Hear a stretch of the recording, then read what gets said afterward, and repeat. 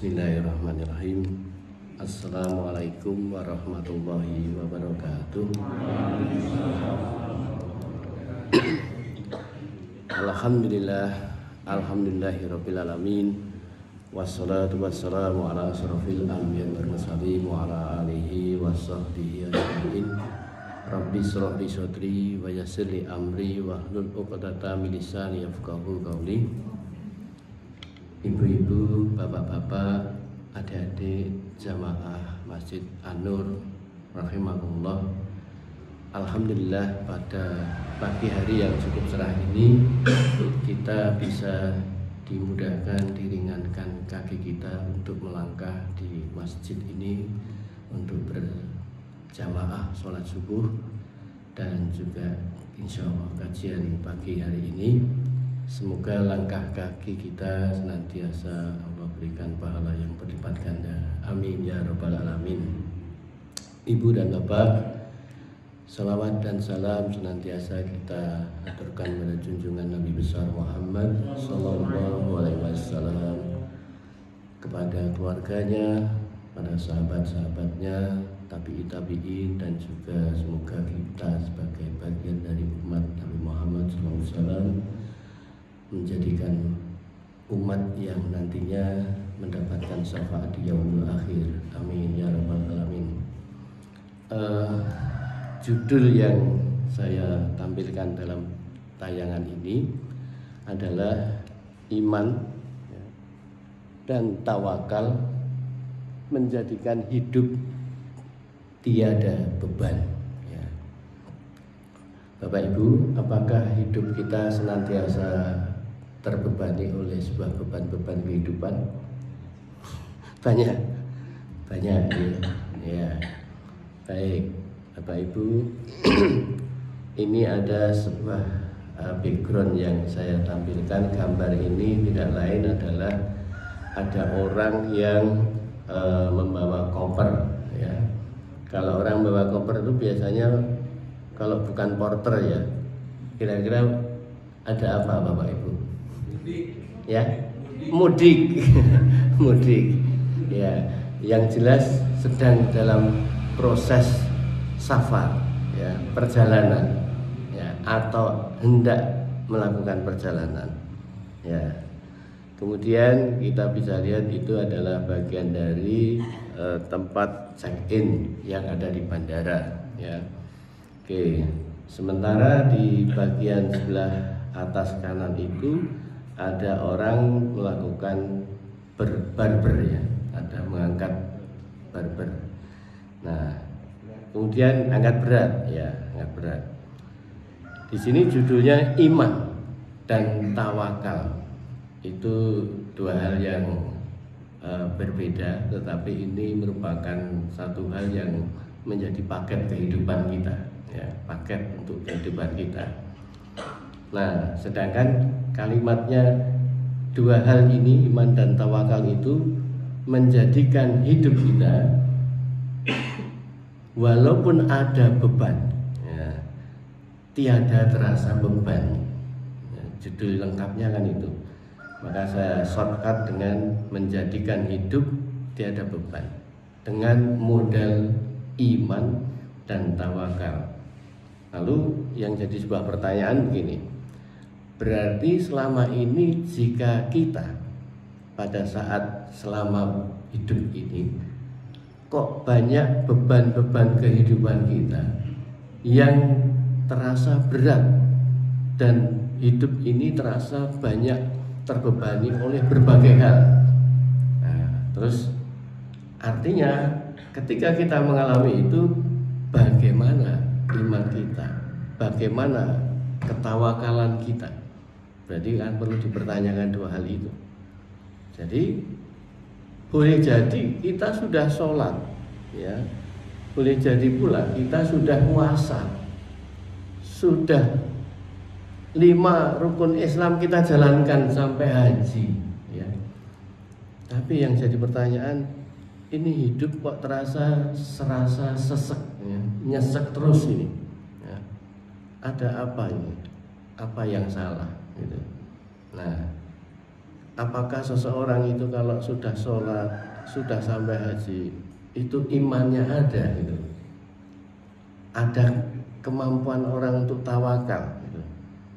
Nah, karena itu saya sering menyampaikan sesuatu doa yang diajarkan Allah SWT, di mana doa ini adalah doanya Nabi Musa. Doa Nabi Musa tadi saya bacakan, Rabbi shrah li sadri wa yassir li amri wahlul 'uqdatam min lisani yafqahu qawli. Jadi ini doa yang luar biasa Bapak Ibu, yang ketika kita pahami bersama, itulah hidup ini ketika menghadapi apapun. Bayangkan seorang Nabi Musa untuk berhadapan dengan penguasa, yang penguasa itu tidak hanya sebagai presiden, raja, ya, tapi juga sebagai pengakuan dirinya atas dirinya itu Tuhan. Kan ampuh ini, ya, mengaku sebagai Tuhan. Siapapun tunduk pada dia. Betul atau tidak? Sejarah mencatat begitu. Dan luar biasa Fir'aun itu. Nah, tapi apa yang terjadi? Nabi Musa ketika dia untuk bisa berhadapan dengan Fir'aun, doanya itu, Rabbi shrah li sadri wa yassir li amri wahlul 'uqdatam min lisani yafqahu qawli. Yang Nabi Musa minta kepada Allah adalah lapangkan dadaku. Yang diminta Nabi Musa ketika berhadapan-hadapan dengan Fir'aun, permintaan yang pertama adalah lapangkan dadaku. Kenapa Nabi Musa itu minta lapangnya dada yang ada di dalam diri Nabi Musa? Karena ketika kita berhadapan sesuatu persoalan yang terjadi dalam kehidupan ini, pasti kita akan merasakan nyesek. Leres nih Bapak Ibu. Orang yang punya anak, orang yang punya cucu, bisa jadi dia bukan karena punya penyakit paru-paru, tapi ternyata nyesek. Kenapa nyesek? Sepele saja, sudah dibawa ke IGD rumah sakit, ternyata cucunya datang, sembuh dia. Berarti selama ini kangen dengan cucunya. Sepele itu Bapak Ibu, hanya kangen dengan cucunya. Cucunya nggak datang-datang, nyesek. Ada banyak persoalan-persoalan yang akhirnya seseorang itu sesak dadanya. Bapak Ibu emosi misalnya, pada saat menghadapi sesuatu yang jengkel kayak anyal, tapi saya nggak bisa berbuat sesuatu, maka yang terjadi nyesek. Terus nih Bapak Ibu, asring buatan ingatan itu. Nah, itulah yang kemudian minta dilapangkan dadanya. Ibu dan Bapak, rasa bahagia itu bahagia dulu atau lapang dadanya dulu? Gimana Bapak Ibu? Bahagia dulu atau lapang dada dulu baru bahagia? Lapang dada dulu baru terasa bahagia. Jadi jangan dibalik nggak bisa. Ya. Sekarang ini Bapak Ibu, saya sampaikan salah satu kasus ini. Ini adalah screenshot dari seseorang. Kebetulan ini klien saya ini adalah mahasiswa teknik, ya, teknik elektro. Mahasiswa ini apa yang terjadi? Dia mengeluhkan pada saat itu, saya nggak bisa tidur. Kemudian saya ini sudah nggak bisa mikir apa-apa lagi. Yang dia sudah terasa membenci dengan dirinya sendiri. Kenapa kok saya itu nggak mampu ini, nggak bisa itu, dan seterusnya. Ciri seseorang kalau sudah mengalami masalah, lalu dia sudah menuding dirinya sesuatu yang menjengkelkan pada dirinya. Jadi dirinya sudah benci pada dirinya. Ini bahaya Bapak Ibu. Bahayanya apa? adalah bisa bunuh diri. Karena ini ciri orang sudah depresi. Artinya sudah ke arah hopeless.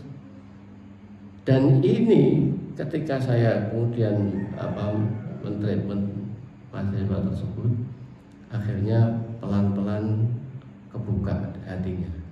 Kemudian dia berkali-kali kunjungan ke saya itu. Selanjutnya saya minta kalau ada pengajian, kalau ada Zoom yang saya selenggarakan, saya selalu share kepada dia, silakan ikuti, silakan untuk bisa mengikuti.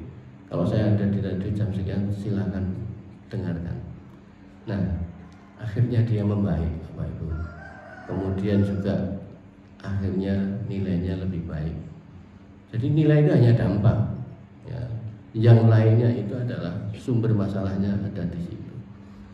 Kemudian setelah mulai agak longgar dan sudah mulai semangat untuk bangkit, nilai-nilainya sudah tambah baik.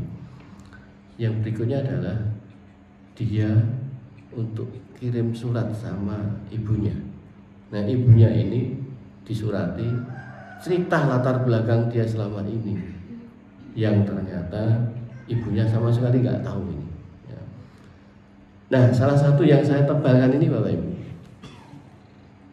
ini katanya dia sudah susah sekali menghadapi masalah ini, telat bayar semester dan semua ini tidak hanya membuat aku untuk pengen cuti waktu itu, tapi juga kadang pengen mengakhiri semua, ya, yaitu bunuh diri karena sudah tidak sanggup. Bahkan tidak hanya keinginan, tapi sudah berujung percobaan. Persoalan bunuh diri Bapak Ibu, nggak main-main ini. Jadi ini dia surat itu dia kirimkan ke orang tuanya, lapor ke saya, Pak, saya ini sudah menyampaikan terus terang kepada orang tua saya. Posisinya adalah ini surat screenshotnya dikirimkan ke saya. Nah, inilah yang kemudian nasib baik aku masih sadar, Mi itu mamanya. Perlahan aku bangkit dan sembuh dengan berbagai cara selama kurang lebih 6 bulan sampai 1 tahun, sehingga bisa memperbaiki dengan berbagai cara sama kurang lebih itu. Aku juga cari kerja rupanya supaya banyak dapat masukan dan inspirasi di samping mengamankan dompet. Ini sampai Gojek Bapak Ibu. Jadi mahasiswa ini sampai akhirnya Gojek, ya. Nah, itulah yang terjadi, salah satu kasus yang ada. Pendekatan saya dengan mahasiswa ini adalah saya memotret persoalan ini, wilayah mana dia harus bisa berbuat, wilayah mana dia harus berserah diri, ya, dalam bentuk seperti apa yang dia harus lakukan. Nah, Ibu dan Bapak, kasus yang ada di dalam persoalan kehidupan ini sering menjadi sumber beban hidup ini, diantaranya ini hubungan dengan pasangan hidup. Ini bukan perkara sepele Bapak Ibu. Ada salah satu klien ya Bapak Ibu, yang suaminya itu seorang notaris, ya. Seorang notaris, tetapi pada saat dia bekerja, suatu ketika dia mulai mengalami kebangkrutan, bangkrut, sampai nggak punya kantor notaris selama 6 tahun. Akhirnya dia posisinya nggak bekerja. Istrinya kemudian banting tulang bagaimana untuk bisa menghidupi keluarga. Lah ini akhirnya membuka usaha, ya masak apa, akhirnya bikin untuk semacam catering begitu ya. Istrinya mengeluh, mengatakan pada saya, ini pertanyaannya lucu, bertanya tentang hukum. Jadi berkaitan dengan fikih. Kalau suami nggak bekerja terus begini-begini, hukumnya apa Ustaz? Waduh, ini pertanyaannya kok masalah hukum. Bukan masalah saya nggak mau jawab masalah hukum, karena ketika itu sebuah persoalan yang sebetulnya adalah bukan kaitannya masalah hukum, dan hukum itu nanti yang terakhir. Tapi yang pertama untuk kita itu mau dibawa kemana persoalan itu. kalau mau persoalan yang kles-kles terhadap sesuatu itu, jangan pertama kali yang diajukan masalah hukum, rembukan dulu, betul nggak? Musyawarah, cari jalan bagaimana untuk bisa ada solusi. Nah, yang seringkali orang itu pengennya solusi shortcut, jalan keluar yang singkat, majas, cesplong gitu. Padahal Bapak Ibu, kita seringkali mau cari jalan keluar, harusnya yang harus kita tahu adalah cari jalan ke dalam dulu. Kalau sudah ketemu cari jalan ke dalam, nanti akan ada jalan keluarnya. Nah, itu seringkali persoalan-persoalan seperti ini masalah, ya. Hubungan suami istri, pasangan hidup, entah itu suaminya atau istrinya yang selalu tidak sesuai harapan dia dan seterusnya, ini menjadi menjengkelkan Bapak Ibu. Kenapa suami istri bubar di usia di mana dia sudah punya cucu? Kok yo iso bubar? Ya karena ini masalah yang dihadapi oleh pasangan hidupnya ini, dia tidak ada keimanan dan ketawakalan yang ada pada diri seseorang tadi. Nah, bagaimana kalau kemudian cerai? Apakah cerai itu solusi? Cerai itu kan tindakan hukum, betul atau tidak? Ada suatu keputusan hukum akhirnya terpisah. Nah, kalau kemudian cerai adalah satu solusi yang bagi dia adalah terbaik, nanti nikah lagi, nanti cerai lagi, ganti orang ya ganti. Persoalan yang ada ini masih remedi, ya, masih diulang lagi, terjadi lagi sampai 3 kali. Oh, ini banyak, saya punya menjumpai klien Bapak Ibu. Seorang ini punya orang tua, dia menyebut ini orang tua saya ketiga. Loh, ibu saya ketiga. Loh, kok ibunya 3? Iya, bapak saya itu nikah itu sekali sampai 3 kali, dan ini mau cerai lagi. Masya Allah. Artinya sebuah perpisahan jalur hukum semacam itu sesuatu yang bukan penyelesaian terbaik jika persoalan sumber masalahnya tidak diselesaikan. Nah, ada lagi hubungan anak dan orang tua Bapak Ibu. Sepele ini. Karena apa? Karena tidak ada sekolah sebelum untuk jadi bersuami istri. Bapak Ibu, pernahkah kita ada kursus singkat atau kursus dalam waktu tematik secara berkelanjutan menjadi orang tua yang baik, atau menjadi suami, menjadi istri yang baik? Kan enggak toh? Apakah ada program studi yang belajar untuk khusus itu? Ya. Enggak ada. Kita bersuami istri terus punya anak, itu sekolahnya adalah learning by doing. Ya, sudah anak ya belajar. Belajar apa dengan anaknya? Ya, gurunya anaknya ini, ya, itu. Jadi hubungan dengan anak dan bisa jadi hubungan kita dengan cucu kita, ya. Karena itu masalah-masalah seperti ini adalah seringkali menyesakkan kita semuanya ketika kita tidak tahu apa yang harus dilakukan. Hubungan orang tua dengan juga hubungan kita dengan mertua, ini kasus klasik, ya. Mertua pengen begini, menantu pengen begitu, ya. Hubungan orang tua mertua, ya. Kemudian hubungan dengan ini terulang, ya, hubungan dengan family, ya, saudara-saudara kita, kakak, adik ataupun kerabat kita dalam satu terah gitu, ya, atau dengan tetangga atau dengan kolega, ini juga menjadi masalah, ya. Nah, ada lagi ketika kita menghadapi musibah, ya, apapun bentuk musibahnya, ada musibah karena sakit, ada musibah karena ada peristiwa-peristiwa bencana alam dan seterusnya.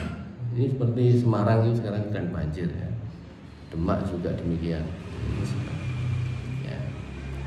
Kemudian juga dalam keadaan masalah ekonomi keluarga, ya, sedang seret misalnya, itu juga bermasalah. Masalah pendidikan juga seringkali begitu. Ada yang anaknya nggak rampung-rampung kuliahnya, ada juga suaminya yang kuliah lanjut nggak rampung-rampung, ya. Itu satu masalah. Atau ternyata anaknya nggak mau kuliah, mogol. ada ini salah satu kolega Bapak itu kuliah anaknya ini di STAN, sudah kelas 3. Jadi dulu itu anaknya itu memang pinter, SMA-nya SMA 1, dapat PMDK itu sekarang namanya senam PTN namanya ya, diterima di Peternakan UGM tanpa tes, lewat jalur rapor. Tapi di saat yang sama diterima di STAN, dia sudah regenerasi, ikut sebulan, terus kemudian dia keluar ikut STAN, Bapak Ibu. Nah, ternyata di saat kelas 3 itu nelpon sama bapaknya, Pak, aku pengen keluar dari STAN. Bayangkan, sudah dalam keadaan kelas 3 tinggal mingklik-mingklik, ternyata aku sudah nggak kuat lagi kuliah di STAN. Kenapa? Karena ini aku kalau begini nanti aku kalau ditempatkan di Papua gitu. Sepele itu Bapak Ibu, betul-betul keluar Bapak Ibu. Akhirnya benar-benar dia tidak lagi melanjutkan. Bayangkan, sudah mau lulus, sudah mau kerja, keluar lagi. Bagaimana kalau itu kita sebagai orang tuanya? Bapak Ibu bisa merasakan gelone setengah mati, betul nggak? Akhirnya keluar, itu pun mau cari kuliah angel, sebab apa? Sudah pada tutup, tidak ada lagi yang buka. Akhirnya kemudian cari-cari lewat belakang, masuklah di STT NAS. Nah, itu mengulangi dari nol Bapak Ibu. Sudah naik kelas 3, kuliah awal dari nol lagi. Bayangkan, ini masalah pendidikan. Jadi ini semua adalah masalah-masalah setiap orang macam-macam. Nah, masalah karir kerja juga begitu ya. Ada yang sudah dia ini karirnya mandek, karirnya sudah tidak bisa naik lagi, mentok karena apa dan lain-lain ya. Nah, sekarang coba perhatikan gambar ini Bapak Ibu. Siapa yang dalam hal ini membawa tas banyak ini ya, yang menyebabkan orang itu kok jadi bawaannya banyak, itu siapa yang menyebabkan Pak? Siapa Bu? Kalau bepergian di bandara ini kelihatan ada yang trolinya ini tumpuk-tumpuk, betul atau tidak?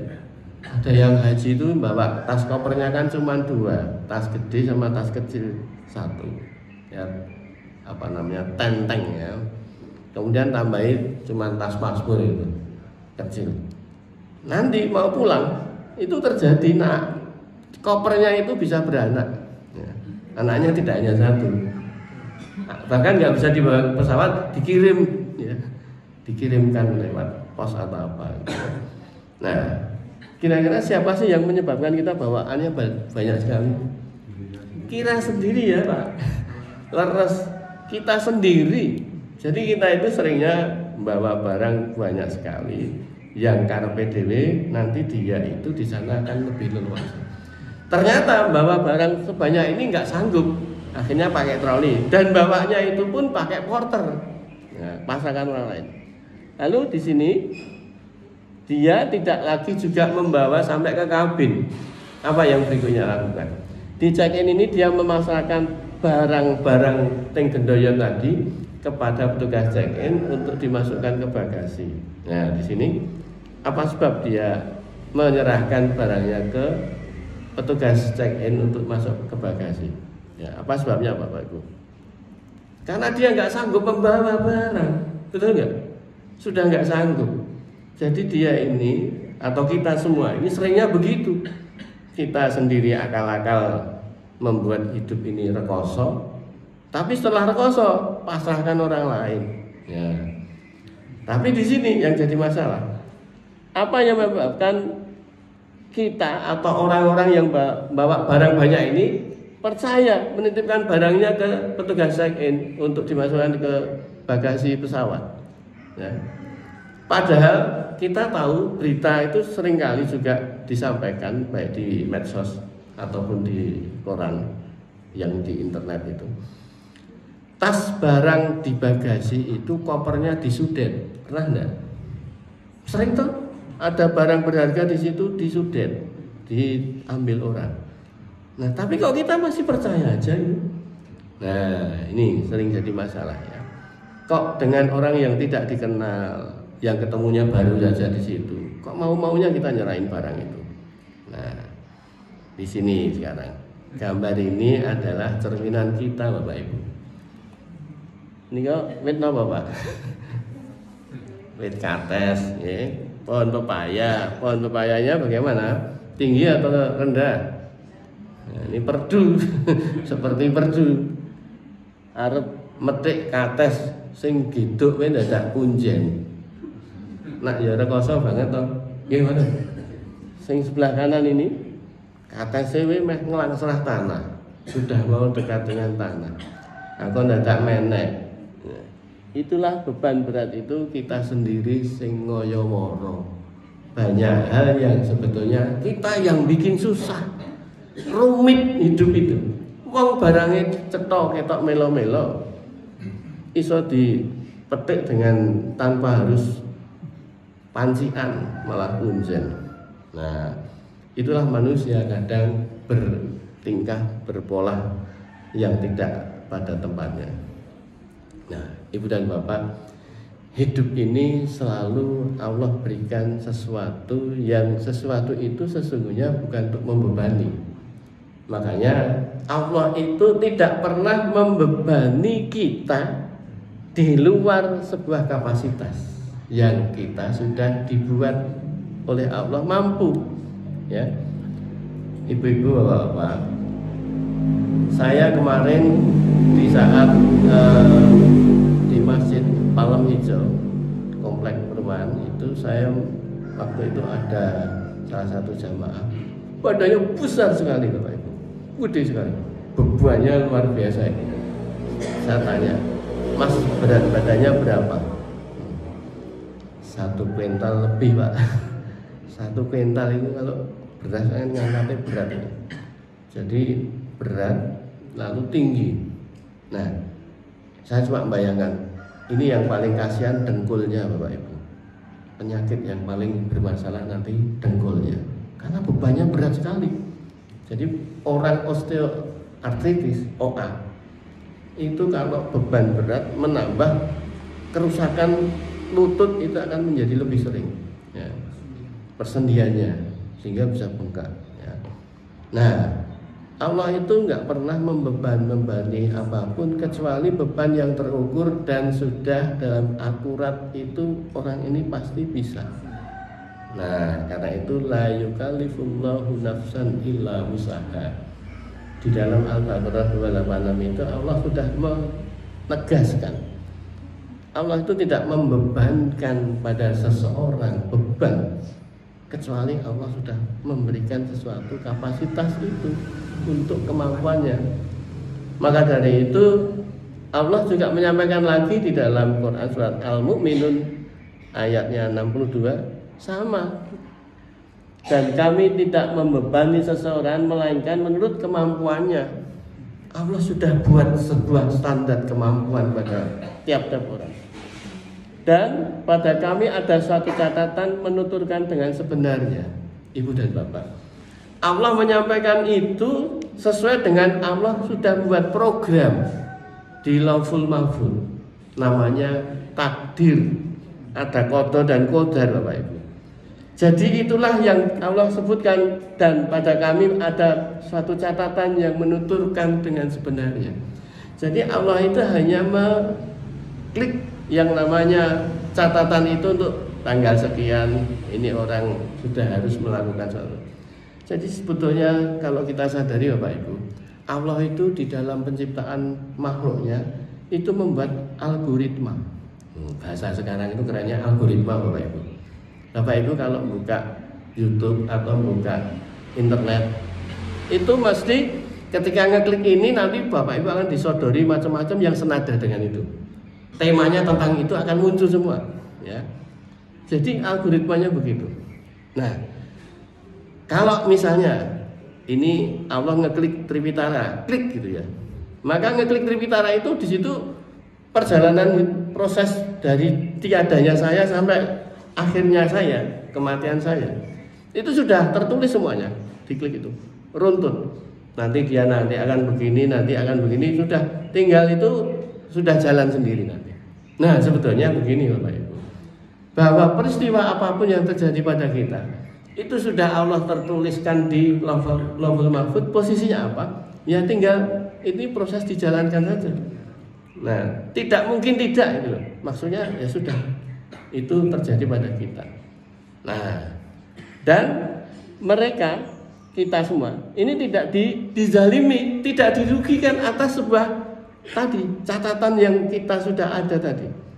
Jadi Allah membuat takdir itu tidak ada sesuatu yang membuat kita terdolimi. Nah kita saja yang seringnya merasa terdolimi ya. Kok tidak ada aku toh ya, aku ki kurang opo. Nah, kok rakai wae.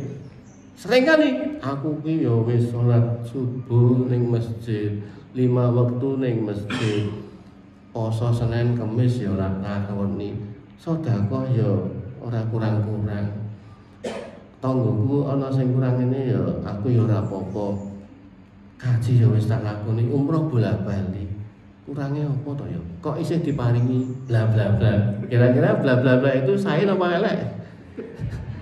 Nggih mboten? Nah, di sini masalahnya. Padahal itu semua sudah tercatat untuk hadir dalam kehidupan kita. Lah kok tidak diprotes? Protes sesuatu takdir Allah itu justru malah dosa. Nah, di sini Allah juga menyampaikan di dalam Quran surat Al-Insyirah. Bukankah kami telah melapangkan untukmu dadamu? Ya. Alam nasrah laka sadrak. Sadrak, sudur. Itu adalah dada. Jadi dalam kapasitas diri kita Allah sudah berikan sebuah kapasitas dada kita dilonggarkan, dilapangkan. Nah cuman masalahnya kok kita justru malah membuat nyesek sendiri ya. Dan Allah menyampaikan lagi di sini, dan kami telah menghilangkan daripadamu bebanmu. Sak janjane Allah itu sudah setiap kali memberikan sesuatu itu ada gandeng centengnya. Dosen itu kalau memberikan soal mesti kasih kunci jawabannya. Betul apa tidak? Kalau membuat soal rano kunci jawabannya mesti dapat bonus. Mahasiswanya dapat bonus. Terus mesti menjawab benar atau salah untuk nilai benar gitu. Nah, itu Allah demikian. Apapun yang sudah ada itu Allah sudah berikan kunci-kuncinya. Nah, kita aja yang nggak menemukan kuncinya. Nah, sebagian dari beban itu tidak lain adalah ujian, Bapak Ibu. Jadi hidup ini adalah selalu ketemu dan ketemu ujian. Nah, ujian itu sering kita sebut dengan istilah cobaan. Nah, ujian dengan apa namanya istilahnya azab, bedanya apa Bapak Ibu? Azab itu apa? Siksaan. Kalau siksaan itu untuk bisa membedakan dengan ujian, yang pertama, kalau siksaan itu tidak ada sebuah solusi dari sebuah peristiwa itu. Contoh Bapak Ibu, Fir'aun itu dia mengejar Musa lalu tenggelamkan di laut. Itu nggak ada solusinya, Pak. Ya pokoknya lelep gitu aja, nggak ada sebuah solusi. Artinya itu adalah sebuah azab. Jadi azab itu tidak ada pilihan untuk kita melakukan upaya. Coba upayanya apa? Kelelep, ya. Tapi kalau ujian kita diberi apapun pasti ada jalan keluar yang bisa menyelamatkan itu. Artinya sebuah azab itu karena bukan dalam bentuk sesuatu yang untuk seseorang ini diuji. Nah, sekarang ini Bapak Ibu, ujian itu adalah sesuatu yang sangat dibutuhkan pada kita, ya, sangat dibutuhkan. Jadi kita ini membutuhkan adanya sebuah ujian untuk kebaikan kita. Karena itu kalau menghadapi apapun yang ada di hidup kita, coba frame otak kita ini melihat itu ini adalah ujian yang agar aku menjadi lebih baik. Nah itu kalau ada di dalam benak kita sudah menurunkan temperamen, rasa terbebani. Coba lihat di dalam hadis riwayat Imam Bukhari, kemudian Imam Ahmad dan juga Imam Malik dari Abu Hurairah radhiyallahu anhu. Rasulullah bersabda, siapa yang dikehendaki Allah suatu kebaikan. Jadi kalau Allah menghendaki seseorang itu baik, maka ia akan diberikan ujian. Pertanyaan pada kita, Bapak Ibu, remen dikehendaki Allah baik, kenapa dikehendaki Allah buruk? Ribut. Pengen Allah berkehendak pada kita sebuah keburukan bagi kita atau pengen kebaikan? Jujur ibu-ibu. Nah, kalau pengen baik ada konsekuensinya. Apa itu? Ya pasti akan diuji. Akan menjadi dokter ya diuji. Akan jadi S2 sarjana magister ya diuji. Mau lulus SMP harus diuji. Betul atau tidak? Nah, jadi selalu diuji. Nah, di sini dalam hadis riwayat Tirmizi dan Abu Dawud, sesungguhnya, nah ini kita ini ingin model prinsip ekonomi Bapak Ibu. Padahal Nabi sudah menyampaikan sesungguhnya besarnya pahala. Pengen dapat pahala bahasa yang besar. Nah, jangan prinsip ekonomi. Modal sekecil-kecilnya, untung sebesar-besarnya, kan gitu. Ini prinsip ekonomi lama, ya, konsep lama. Jadi sesungguhnya besarnya pahala itu tergantung besarnya ujian bala. Bala ini apa Bapak Ibu? Bala itu segala sesuatu yang membuat seseorang itu terasa nyesek, menderita, menyakitkan, tidak pernah kita harapkan. Itu namanya bala. Contohnya diberi sakit, itu bagian dari bala. Diberi bangkrut, ya, diberi apa lagi? Bala. Ada banjir, ya, itu bala. Ya. Nah, jadi besar kecilnya bala ini memberikan sebuah bagian yang membuat rewardnya besar. Bapak Ibu, memaafkan itu gampil napa angel? Ibu dan Bapak kalau menjadi ahli pemaaf, memaafkan itu jadi pelaku tindakan kejahatan atau orang yang jadi korban, Bapak Ibu. Jadi korban.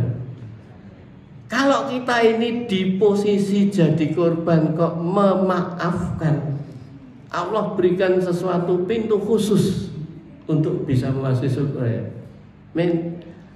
Jalurnya itu VIP-nya lewat pintu pemaaf, pintu orang-orang yang sabar, ya. Nah itu pahalanya luar biasa, ya. Dan sesungguhnya siapa yang ridho mendapatkan ujian, tentu baginya keridhaan Allah. Dan siapa yang murka mendapatkan ujian, tentu baginya Allah pun murka, gitu. Jadi ibu dan bapak, ketika kita berhadapan dengan sebuah peristiwa, di mana peristiwa itu terjadi, kita grundel dan malah misuh-misuh, itu berarti kita nggak ridho.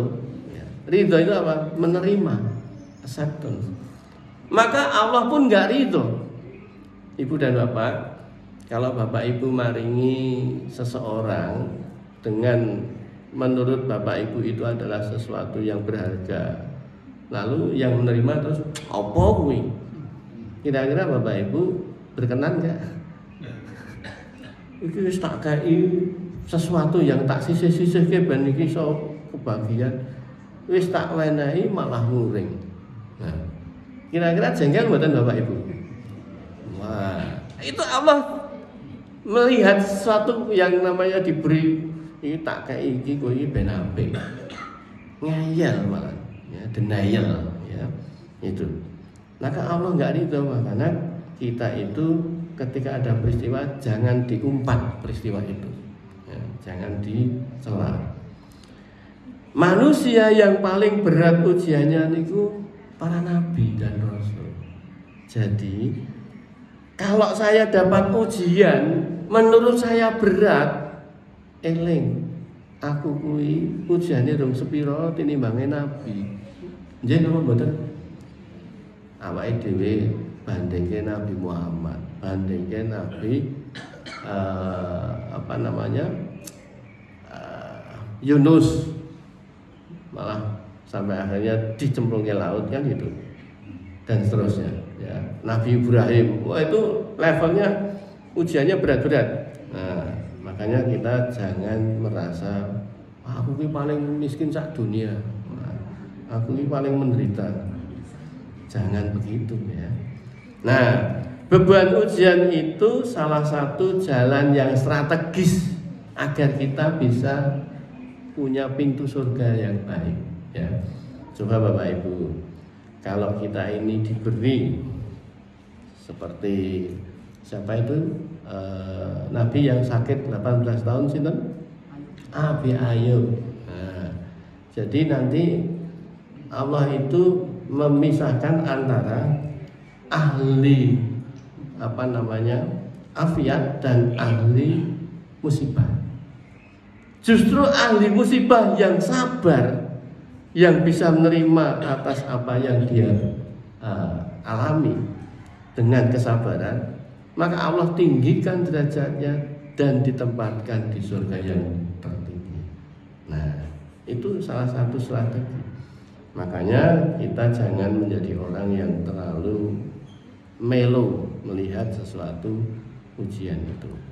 Nah, coba lihat di sini di dalam Al-Baqarah 214 yang artinya, apakah kalian mengira bahwa kalian akan masuk ke dalam surga padahal belum datang kepada kalian cobaan sebagaimana hanya orang-orang terdahulu sebelum kalian.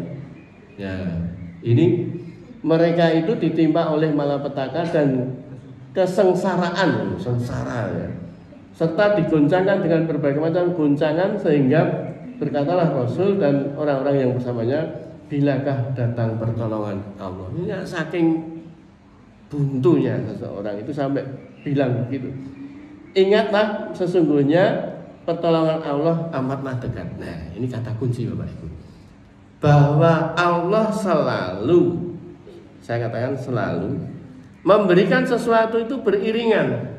Beriringan itu kalau memberikan ujian ada jawabannya, pasti loh. Jadi pastinya apa? Kalau ini satu lembar ada soalnya, lembar berikutnya adalah kuncinya, jawabannya, kunci jawabannya di situ. Nah, makanya dalam bentuk bersamaan itu tidak terus dalam kondisi nempel gitu enggak, tapi berbarengan. Yang satu ujiannya di belakangnya tidak ada jeda panjang tapi sangat pendek, maka di situ adalah kunci jawabannya. Nah, ujian yang seperti ini tidak pernah ya dianggap sebagai ujian. Ngeten iki Bapak Ibu. Ibu dan Bapak kalau sehat-sehat niku ujian apa mboten? Ujian, tapi itu enggak pernah dirasa ujian. Sehingga banyak orang yang enggak lulus ujian. Sehatnya justru nggo maksiat. Betul apa tidak? Yang bermaksiat itu orang sehat atau wong sakit? Wong stroke kok maksiat arep ning pelacuran. Wis ra mungkin.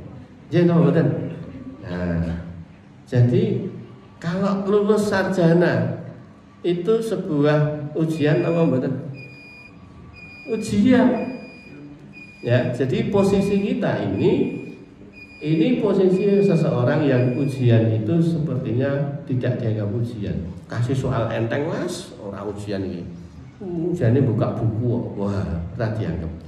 Jadi kayak gini menyenangkan ini bukan ujian, padahal itu ujian. Jadi sebuah solusi itu sebetulnya bukan solusi akhir, tapi solusi itu adalah mengundang masalah berikutnya. Betul atau tidak? Lulus kuliah itu adalah masalah akan datang berikutnya. Sebelum lulus dia ingin lulus, begitu sarjana bingung baru golek gawean. Nah, masalah mana betul? Nah, setelah nyambut gawe masalah muncul. Gawean kok ora rampung-rampung. Arep mangan wae angel. Nggih mau mboten? Baru pengen ndek bojo. wah aku nak ndek bojo bebas. Oh ning kono ndek bojo diatur bojone bingung meneh. Betul atau tidak? Jadi solusi itu bukan menyelesaikan masalah, tapi menarik masalah berikutnya. Jadi kita jangan GR ketika solusi itu ada jalan keluarnya, akan memunculkan jalan bundet berikutnya. Nah sekarang ini Bapak Ibu, saya menulis ini dengan menyebut berbahagialah saat kita diberi kesempatan diuji Allah. Lewat apa? Nah, yang tidak pernah kita harapkan. Ini namanya sakit. Dan terjadi sakit itu kalau Allah berikan sesuatu penyakit yang final, ya terminal. Artinya kalau sakit lalu dokter sudah begini, angkat tangan. Kira-kira Bapak Ibu gimana? Wah, ini kita belum ada. Ya, angkat tangan dokternya. Lalu kita mau tiarap. Ya. Nah, ini pada posisi saya diuji begitu itu Bapak Ibu. Ya. Di mana anak ini sudah mau lulus kuliah. Yang terjadi justru Allah memberikan karunia sesuatu yang tidak pernah kita sangka dan tidak kita harapkan semuanya. Ada yang pernah berdoa, ya Allah berikan anak kami sakit?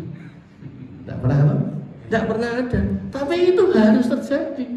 Dan itu terjadinya Bapak Ibu, saya ini sedang tidak ada di rumah dan sedang memberikan tausiah Isra Mi'raj. Baru buka salam ini, bel saya bunyi. Itu teratap itu ternyata anak saya kejang dan harus dibawa lari ke Sarjito. Tapi saya belum tahu mau dibawa kemana, wah itu baru berita. Ya, posisinya seperti itu. Apa setelah di scanning baru tahu ada tumor. Oh, bayangan. Letaknya di paling bawah. Oh, biar cukup. Itu. Jadi posisi yang terjadi seperti itu, saya hanya melihat sesuatu itu. Peristiwa ini tidak pernah tidak itu apa? Berarti selalu apa? Tidak pernah berdiri sendiri. Mesti ono asbabun nuzulnya yang seperti apa dulu. Maka saya hanya berprasangka baik lewat rasa iman saya. Ingatlah Allah, dengan mengingat Allah hatimu tenang. Betul atau tidak? Disitulah kemudian saya hanya satu istighfar. Yang berikutnya adalah saya kembali merefleksikan diri. Setiap kali saya ngajak orang baik, di mana ngajak orang baik itu apa? Bagaimana belajar ikhlas, ngajari tawakal, mengajari sesuatu ilmu sabar. Ini kan angel-angel kabeh. Mengajari orang bersyukur. Ini perjalanan hidup saya selama ini, dari di radio ataupun yang tidak di radio, menyampaikan hal itu. Kemudian saya diberi kayak gini, maka saya kemudian di otak saya ini saya set bahwa ini saya sedang diikut sertakan praktikum. Apa itu? Praktikum rasa syukur, praktikum apa? Ikhlas, praktikum apa? Sabar. Inilah sebuah ujian yang saya harus menjalani praktek. Ngomong ki gampang, prakteknya betul kok tidak? Saya jadi motivator di radio itu dari 2008 sampai hari ini. Itu memotivasi orang. Tetapi ingat, gimana nak kowe sing tak kei ini? Lalu saya istighfar yang dalam bentuknya adalah Allah memberikan pada saya ini sudah ngukur, kowe mesti iso. Saya cuma yakin gitu aja. Al-Baqarah 286. Allah mesti memampukan untuk itu. Jadi prasangkakan baik. Sehingga saya ketika dokter angkat tangan, oke, saya tidak ada jalan lain. Memang yang ada, yang memberi sakit Allah, yang menyembuhkan mesti Allah. Nah itu. Akhirnya betul bahwa akhirnya Allah memberikan sebuah jalan keluar itu dekat sekali. Dan akhirnya bisa dioperasi bukan di Sarjito, dan akhirnya bisa sembuh dalam kondisi secara medis waktu itu. Kalau dokternya sudah bilang ke saya, ini kalau nanti sembuhnya itu nggak bisa kembali seperti semula. Amnesia Bapak Ibu, afasia, nggak bisa ngomong, menik kewe ra iso, belajar toilet training, belajar pipis itu piye carane posisinya untuk supaya bisa bersuci gitu. Ngajari sholat, ngajari moco. Nah, tapi itulah akhirnya bisa seperti ini Bapak Ibu. Sudah bisa nyetir. Ya, jadi posisinya maaf. Ya, jadi tadinya nggak bisa apa-apa, akhirnya bisa apa-apa.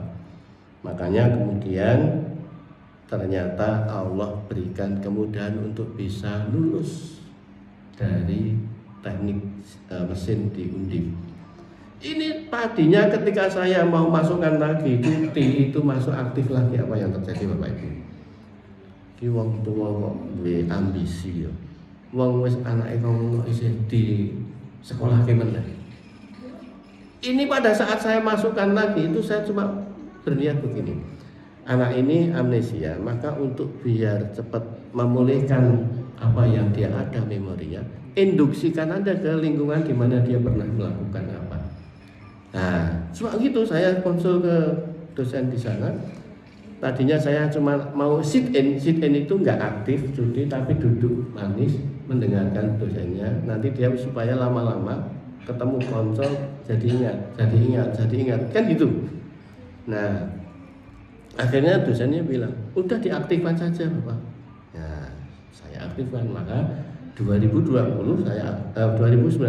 akhir, kemudian 2020 awal itu masuk kuliah lagi di bulan Februari. Di bulan Februari itulah masuk kuliah selama 1 bulan bersama istri saya, kos bersama. Karena harus dampingi minum obat dan sebagainya. Apa yang terjadi? Setelah 1 bulan, karena istri saya tanya, Mas, kapan saya itu nggak kos ini? Saya nggak bisa jawab. Nanti Gusti Allah saya ngatur. Ternyata Maret itu lockdown, namanya COVID. Akhirnya terjadi online. Nah ini yang tadinya anak saya itu kuliah di sebelum sakit, IP-nya 3,08. Pada saat mau masuk lagi kuliah itu ngajari ngitung urutan angka 1 sampai 50 itu udah ngapal Bapak Ibu. Bayangkan masuk kuliah di situ ada mata kuliah matematika teknik yang 2. Bayangkan itu. Wong matematika teknik itu matematika yang paling angel di antara teknik, itu ada teknik mesin dan elektro, itu sulit. Anak saya yang ke-1 itu pertama itu kuliah teknik sipil, udah ngomong matematika sipil itu lebih gampang penimbangan mesin. Makanya adiknya dulu waktu mau masuk di teknik mesin bilang, Dek, kamu nggak sulit kok, namanya teknik itu saya sipil aja susah, nah mesin lebih susah nih. Itu yang sama-sama teknik bilang begitu. Nah ternyata anak saya masuknya di teknik mesin di Undip. Nah pada saat terjadi setelah sakit, ternyata Allah berikan nilainya malah naik, lulus IPK-nya 3,16 Bapak Ibu. Itu sudah bagi saya alhamdulillah luar biasa. Kenapa sebabnya? Iso lulus wis alhamdulillah kok. Ora sandadak naik. Artinya begini Bapak Ibu. Iman kita ini coba ketika menghadapi sesuatu, kembalikannya, ingat, yakin ke Allah. Yakin itu susah. Dan tawakal itu bukan di akhir, tawakal itu di awal. Di awal tuh gimana? Begitu kita melihat sesuatu, langsung ingat Allah, tawakal ke Allah. Kenapa? Ini yang memberi Allah. Maka ya Allah, hanya Engkau ya Allah yang bisa menyelesaikan. Aku tuh nggak bisa ngapa-ngapain. Maka mohon petunjuk-Mu ya Allah. Nah, belum melakukan, harus melihat peristiwa, tawakal.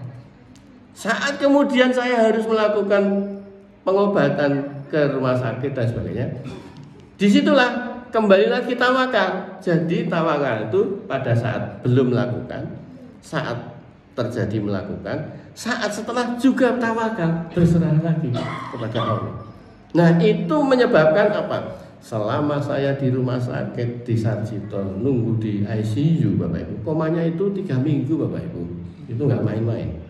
Semua alat ventilator terpasang. Ini kan tadi masih di sini, itu karena masih di ICU. Begitu masuk ICU lewat tracheotomi di sini dibolong. Posisi yang terjadi Bapak Ibu, saat di dalam rumah sakit itu siapapun yang kena musibah pasti sedih, betul nggak? Tapi saya dalam kondisi siaran radio tiap malam Ahad, Sabtu malam. Posisinya saya biasanya di studio, saya waktu itu nyampaikan ke bagian hostnya, Mas saya siarannya pakai telepon ya. Nggak tahu saya sampaikan ke RRI bahwa anak saya sedang sakit, itu saya nggak menyampaikan. Jadi bayangkan sedang dalam keadaan saya sedih, memotivasi orang lewat radio di dekat ICU, di ruang tunggu ICU, bayangkan. Ini kalau nggak pertolongan Allah saya nggak bisa Bapak Ibu. Dalam kesedihan tetap memberikan motivasi, angel itu Bapak Ibu. Allah yang memampukan untuk itu. Kenapa tadi? Tidak ada terbebani, karena apa? Yakin Allah aja. Padahal waktu dokter sudah angkat tangan kita sudah rapat. Nanti ini kalau mau dimakamkan di mana itu sudah kita rapatkan. Sudah habis waktu itu. Dan itulah Allah memberikan sebuah solusi yang sangat luar biasa di luar kita. Nah makanya Bapak Ibu jangan pernah merasa kita itu menjadi orang yang terdolimi, bahkan kita merasa tersakiti atas peristiwa itu.